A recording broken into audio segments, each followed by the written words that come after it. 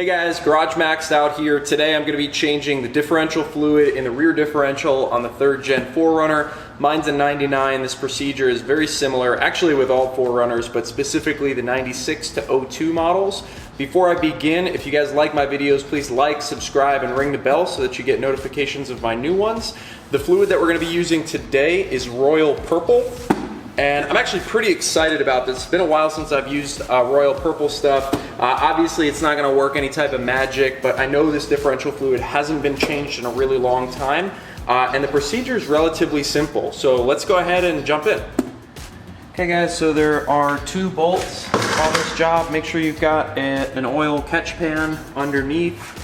And essentially the first one that you're gonna remove is right here. I am going to use a breaker bar. Actually, it's a little bit thinner than the ratchet handle that I've got, and it fits under the e-brake cable here a little bit better.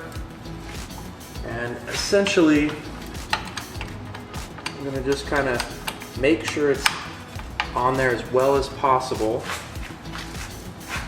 Okay, there we go. And we've just broken it loose. And if your 4Runner has a lot of miles on it, or it's in the Northeast, something like that, you may need to take a wire brush and clean up around here so that your socket fits all the way on. You want to make sure that it's not halfway on there. I've seen a lot of guys online saying that their bolt heads are rounded off. It's probably because they didn't prep it before they tried to take it out, and it wasn't fully seated on there. So you want to make sure that you do that. And I'm just going to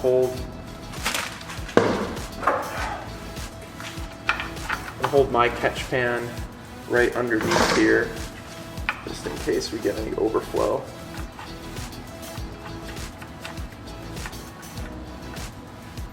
Okay. No overflow, and surprisingly, gear oil looks pretty good actually, which is nice to see. We'll see what it looks like in the bottom of the differential though. And my crush washer, I think, is like corroded on there, so I'm gonna have to figure out how to get that off because there's no washer on this, and I know one goes on there.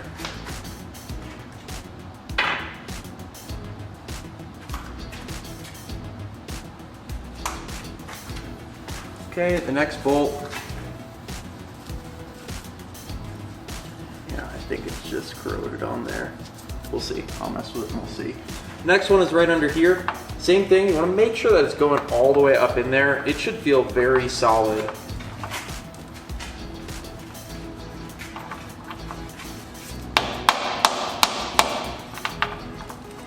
And I'm just knocking out some of the rusty bits here. Hear it falling. Okay. Same thing, I'm going to use a breaker bar. This is the longest handle that I have, so that's another reason why I'm using this. So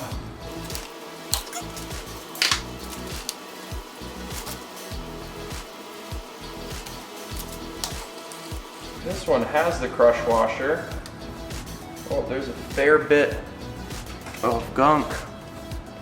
I don't know if you guys can see that. There's a fair bit of gunk on my plug magnet here.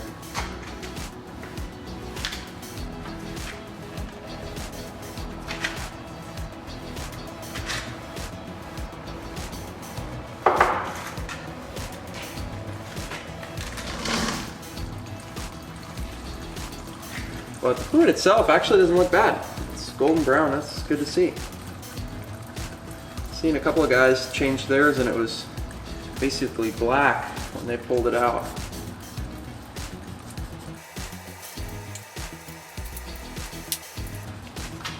I do want to show you this though. See how much gunk is on there. Look at all that, wow. Yeah, even with good fluid, I'm glad that I'm changing this. There's a lot of stuff in there.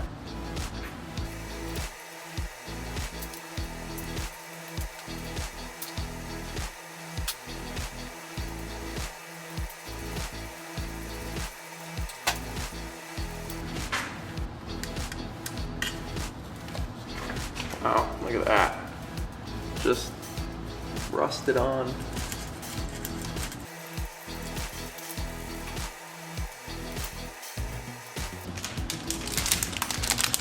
Got this kit on Amazon. It's got all the needed washers for both differentials and the transfer case.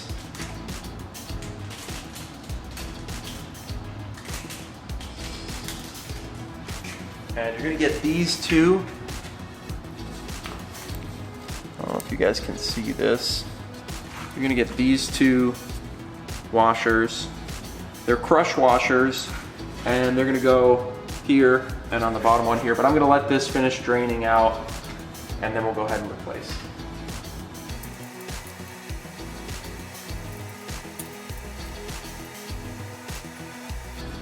If yours is as corroded as mine is, you wanna take some time to try and get as much of the loose particles out of here as possible, because even with a crush washer, these things can leak.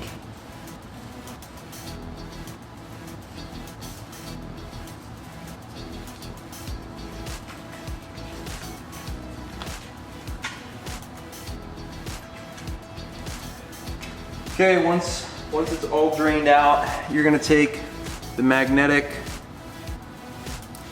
plug here. You're gonna put a new crush washer on.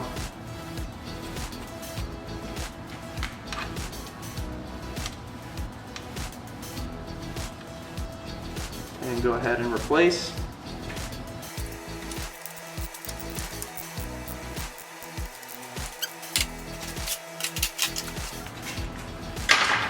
And here's the stuff that I'm gonna use. It's the Max Gear 75W90. Essentially the fill procedure for this is just to put it into this hole until it starts to dribble out. So make sure you keep your drain bucket here. I think it should take about maybe 2 1/4 of these containers. So we'll go ahead and fill it up.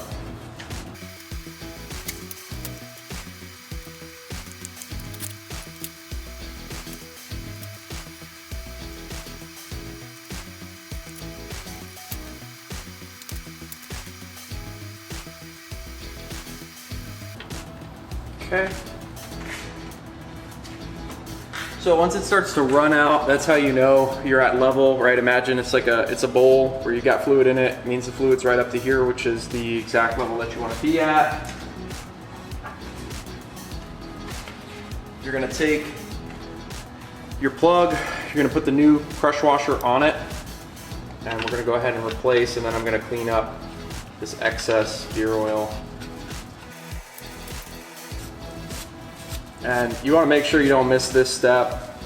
It seems trivial, but you know, as you're driving the truck for the next 100 miles, you want to look under here when you park it, just to see and double check, make sure there's no new leaks.